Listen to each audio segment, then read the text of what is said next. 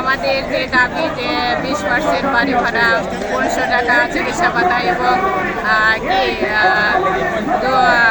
75% ওষুধ ভাতা, তো এটা অনেক বেশি বলে মনে হয় না। এটা মাননীয় শিক্ষা উপদেষ্টার মেনে নেওয়া উচিত। আমাদের দাবিটা মেনে নিয়ে সমস্ত শিক্ষকদের এই মানে দুর্ভোগটা লাঘব করে দেওয়া উচিত।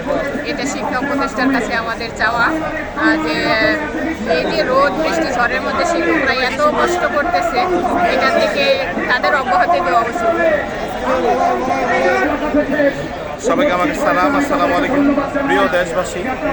আজ আমরা এই ক্রান্তি লগ্নে আমরা সবাই, আপনারা অবশ্যই অবগত আছেন যে কেন আমরা শিক্ষকরা আজ এই কেন্দ্রীয় শহীদ মিনারের সামনে একত্রিত হয়েছি। আজকের এই জাতির ক্রান্তি লগ্নে সবাই আমরা একত্রিত শিক্ষক সমাজ। আপনারা অবশ্যই জানেন আমাদের এই ন্যায্য দাবি, আমরা খুবই লাঞ্ছিত বঞ্চিত। আসলে আমাদের ন্যায্য দাবির জন্য যে আমাদের মাঠে নামতে হবে, এটাই আমরা আমাদের দেশের জন্য এবং জাতির জন্য লজ্জাজনক। আমরা তো বেশি কিছু চাই নাই। আমরা শিক্ষক সমাজ, আমরা দুমতো ডাল ভাত খেয়ে পরিবার নিয়ে সুখ স্বাচ্ছন্দ্যে জীবনযাপন করার জন্য চেয়েছিলাম। আমরা তো গাড়ি বা বাড়ি কিছু চাই না, ঠিক না? তো আমাদের 20% বাড়ি ভাড়া বাস্তবায়ন এবং 1500 টাকা চিকিৎসা ভাতা এবং অন্যান্য কর্মচারী বিন্দুদের 75% উৎসব ভাতা দেওয়ার জন্য আমরা মূলত একত্রিত হয়েছি।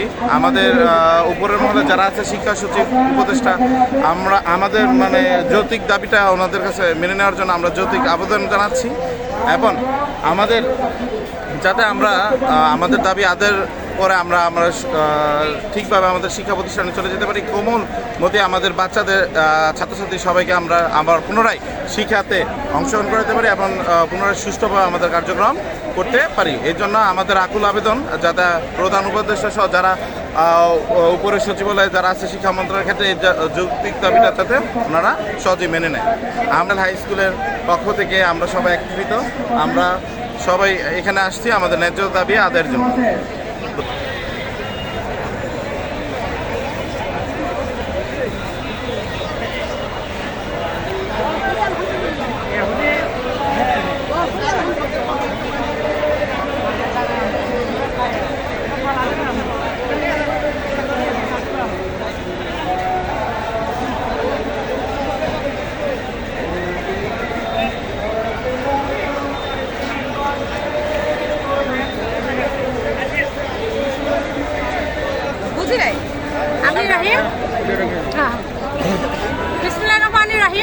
আমি উম্মে সালমা, সিনিয়র শিক্ষক, ইমামপুর পল্লিমঙ্গল উচ্চ বিদ্যালয় মধ্যপত্র চাঁদপুর থেকে এসেছি। আমরা আজকে শিক্ষকরা আমাদের ন্যায্য অধিকার আদায়ের জন্য 8 দিন যাবৎ এখানে শহীদ মিনারে পড়ে আছি। আমরা শিক্ষকরা অনেক দূর দূরান্ত থেকে এসেছি। সেই ঝালকাঠি থেকে আজকে বরিশালে থেকে ঝালকাঠি থেকে আমাদের 400 জন শিক্ষক আসতেছিল আজকে মহাসমাবেশে যুক্ত হওয়ার জন্য। কিন্তু চাঁদপুরে আসার পর সেখানে পুলিশ আমাদেরকে সেই 400 জন শিক্ষকদেরকে আটকে দেওয়া হয়েছে। এভাবে জায়গায় জায়গায় আমাদেরকে ব্যারিকেড দেওয়া হচ্ছে যাতে আমরা এখানে না পারি। তা আমাদের শিক্ষকদের সাথে যে প্রহসনটা হয়েছে এটা আসলে খুবই দুঃখজনক। আমরা চেয়েছিলাম 45% বাড়ি ভাড়া, কিন্তু ঊর্ধ্বতন কর্তৃপক্ষের আলোচনা সাপেক্ষে আমাদের যে শিক্ষক নেতা 20% দাবি মেনে নিয়েছিল এবং আমাদেরকে ঊর্ধ্বতন কর্তৃপক্ষ সরকার বাহাদুরের যারা উপর মহলের লোক তারা আশ্বাস দিয়েছিল যে আমাদেরকে 12 অক্টোবরের মধ্যে আমাদেরকে 20% বাড়ি ভাড়া, 1500 টাকা মেডিকেল ভাতা এবং আমাদের কর্মচারীদের 75% উৎসব ভাতা দেওয়া হবে। কিন্তু আমাদের অত্যন্ত লজ্জার বিষয়, অত্যন্ত দুঃখের বিষয় যে আমাদের শিক্ষক দিবস 5 অক্টোবরে একটা ঘোষণা দিয়ে 500 টাকা আমাদেরকে বাড়ি ভাড়া দেওয়া হলো। এটা আমাদের শিক্ষকদের সাথে মস্করা করা হয়েছে। এটা একটা প্রহসন ছাড়া আর কিছু না। শিক্ষকদেরকে অপমানিত করা হয়েছে, লাঞ্ছিত করা হয়েছে। এই 500 টাকা দেয় নাই, আমাদের পুরো শিক্ষক জাতিটাকে অপমানিত করেছে।